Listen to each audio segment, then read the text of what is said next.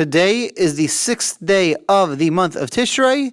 We will be completing chapter 134, the laws of building a sukkah, doing paragraphs 13 through the end of it, which is paragraph 15. And we will be beginning chapter 135, doing the first two paragraphs of chapter 135. Chapter 135 discusses the laws of living in a sukkah. So chapter 135, paragraph 13. Even after Sukkah is over, when we take apart the sukkah, we have to make sure that we're treating the boards and the schach of the sukkah with proper respect. They were used for a mitzvah, so it's not something that should be stepped upon, trampled upon. We've got to treat it properly. It has the status of tashmishe mitzvah, objects used for mitzvah that we're going to see in a few months how to properly discard those objects if you do want to throw it out. Paragraph 14. Some people might want to, as part of the decorations for the sukkah, engrave verses from the Torah on different fruits.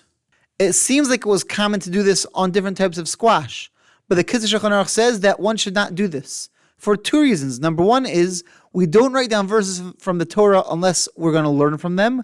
We don't write them down just to have as a decoration. Number two, fruit, squash, eventually they decompose, they start rotting, and eventually the verse will start getting ruined, and that's not appropriate for verses from the Torah. Paragraph 15. On the afternoon before Sukkot begins, one is not supposed to sit down and have a meal containing bread.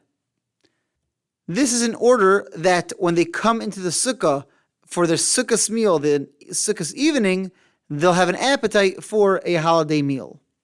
The Mishnah Berurah says that this prohibition begins not the whole afternoon, but from a time period called Plag HaMincha and on. How to calculate Plag HaMincha is beyond the scope of this discussion, but it usually is around 2 to 3 hours before sunset. Paragraph 15 ends off with an extra mitzvah that we have to give tzedakah before Sukkot, to give charity in anticipation of Sukkot. There's a lot of expenses over the Sukkot holiday. There's the sukkah, building the sukkah itself, all of the meals. We're going to soon talk about the lulav and the esrog that we use on sukkahs. And therefore, we got to make sure that our brothers and sisters that might not be as well off as we are also able to afford to celebrate the Sukkot holiday. Chapter 135, the laws of dwelling, of living in a sukkah. Paragraph 1. Besukos teishvu shivas yamim. They shall live in a sukkah for 7 days. What does living in a sukkah mean? It means that our primary place of residence should be not in our houses, but transferred to the sukkah. This is not talking about the menial labor, the jobs that we have to do. So it's not talking about cooking, it's not talking about cleaning, but it's talking about the living part of living in our house. The eating, the sleeping, the relaxing, the learning, that shall all be done in the sukkah. That verse in the Torah ends off, L'man yidu d'araseichem. We should live in a sukkah to remember that God made sukkahs for our ancestors when we were in the desert. And therefore, part of this mitzvah is remembering that. So when we go into a sukkah, we should be mindful of that. I'm going into a sukkah to remember, to relive how God took care of our great-great-great-grandparents in the desert for 40 years. It says in the verse that God built sukkahs for us in those 40 years in the desert. So what were those sukkahs made out of?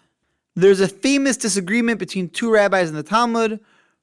Rabbi Akiva said that God made sukkahs, just like we have sukkahs nowadays, a hut, a simple hut with a roof on it. That's what God made for us in the desert. According to Rabbi Eliezer says, nope, we're not commemorating any huts God made for us. We're commemorating and reliving the clouds of glory that God surrounded the entire Jewish people with, that protected them from all the elements. Now, if we're celebrating or remembering, commemorating, reliving how God took care of us in the desert, we left the desert at the time of Passover, in the month of Nisan. So therefore, really, this holiday of Sukkot should be right after Passover. There are a lot of reasons given for why we don't do that, why God instituted that this holiday is in the month of Tishrei, not in the month of Nisan. The one that the Tishrei quotes is from the Torah. he says that if we would have this holiday of Sukkot during the Passover time, it wouldn't be clear that we're going into the Sukkah, we're going outside to live in a Sukkah to remember what God did for us. Because the summer's coming, it's springtime, everybody's going outside, spending more time outdoors.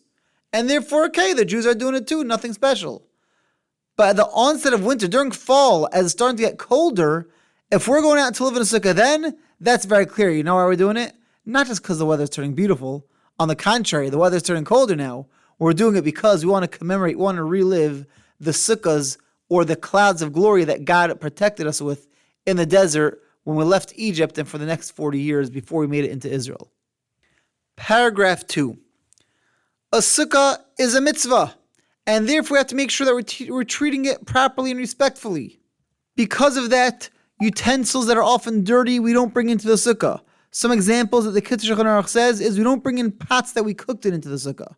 Sometimes if you have a pot that's also meant to be a serving dish, that you could bring in. But let's say a pot of soup, you should really be putting it into some sort of tureen to bring into the Sukkah, or putting it into bowls to bring into the Sukkah. You don't bring in the actual pot they cooked it into the Sukkah. Some other examples the Tishrei gives are frying pans, grinders, cauldrons. These things don't belong in a Sukkah. In addition, even the plates that we use in a Sukkah, once we finish eating, we shouldn't let them hang around the Sukkah, these dirty plates. We should bring them back inside the house so that Sukkah stays beautiful and a nice place to live in. Besides making sure that the utensils that we bring into Sukkah are appropriate, we have to make sure that the things that we're doing in a Sukkah are appropriate. Therefore, we shouldn't be washing dishes in the Sukkah. One obviously shouldn't install any sort of bathroom in the Sukkah. That's not appropriate for a Sukkah. Let's say somebody does bring in dirty dishes into the Sukkah, or leave the dishes there, or they bring in a pot. Does that make the Sukkah a non-kosher Sukkah? So the Tishrei says, nope, it's still a kosher Sukkah. However, we're going to see soon that there's a blessing that you make on the mitzvah of living in a Sukkah. We don't make that blessing when these dirty utensils or these utensils don't belong there are there. So you got to remove those utensils, then you can make the blessing of living in a Sukkah. This concludes today's learning. Have a wonderful day and see you tomorrow.